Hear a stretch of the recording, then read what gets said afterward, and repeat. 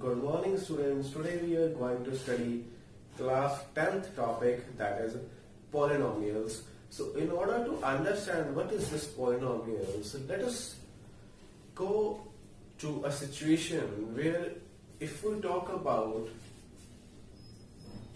a space research program where they are sending the satellites in the space. Suppose this is the space program and they are sending the satellites like this in the space. Now if we see here that this satellite will be covering some path like this. Okay, so have you ever wondered how they are calculating that, where this spacecraft or where this satellite will go and in how much time they will go? So in order to calculate this, these scientists or these astronauts or these researchers, what they do, they calculate these things with some complicated equations. Okay, they need some equations in order to calculate this distance or the time taken by the satellite to go there. What will be what amount of fuel they require in this satellite? So what they use some equations in order to calculate this. That equations are known as polynomials. Okay, so we can take one more example. Suppose a character is there. Okay, that person is hitting the ball in the air, let's say like this, and the ball goes like this. The ball will be covering the path like this. So if we want to study this path, that where the ball will go or how much time it will take, for that also we need the polynomials.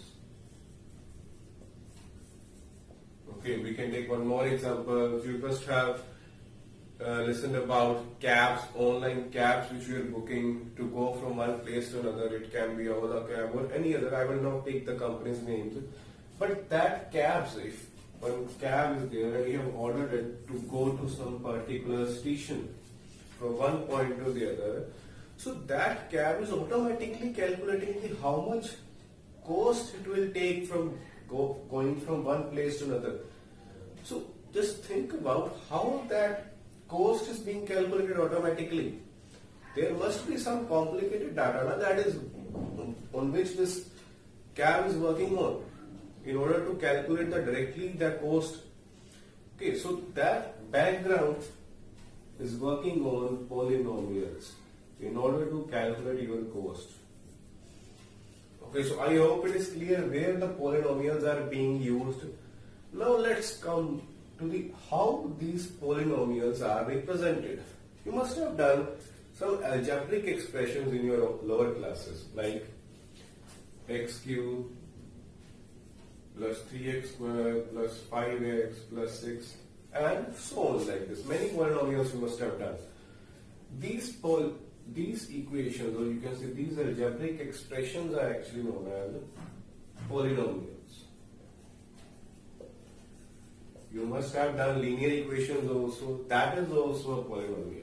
For example, if I say 6x plus 2 is equal to 0, so this is also so this is also a polynomial. Okay, so if we want to generalize what is a polynomial, polynomial is actually algebraic expression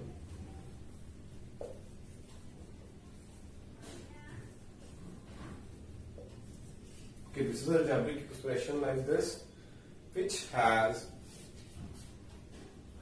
in which the power of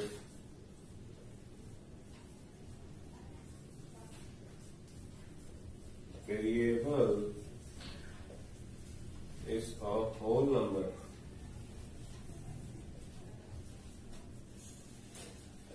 See here, if we see one thing you have noticed that in polynomials we will be using one variable here. You must have seen that only one variable is there, that is x, and one more thing you have to take care that that variable will be having its power as a whole number. It can't have the power like this. x raised to power minus 1 plus 2x raised to power minus 2. So this is not a polynomial. Okay, this is something else. Here we are studying polynomials. Polynomials will be having always the power as a whole number.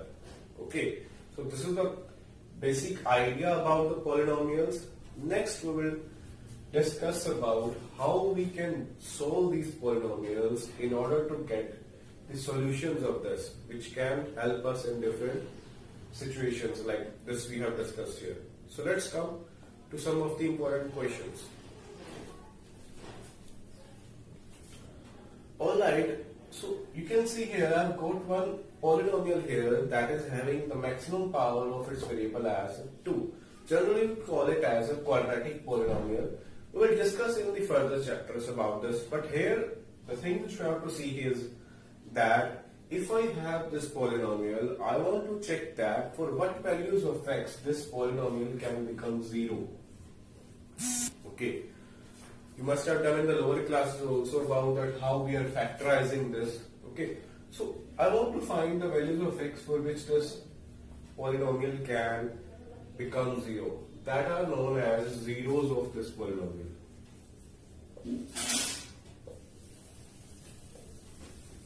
Okay, the values of x for which a polynomial becomes 0, that are known as zeros of a given polynomial. So let's see how we can get the values of that x. The first thing we have to take is that we will take the polynomial, we will see the coefficient of the x square and we will multiply it with the constant here, that is without x, that is 6 here. We will multiply this, that means we will get some number 2 into 6, that is equal to plus 12. You can call it as product term. Okay. Similarly, we have to see the center term that is having x with it, that is x raised to power 1 with it.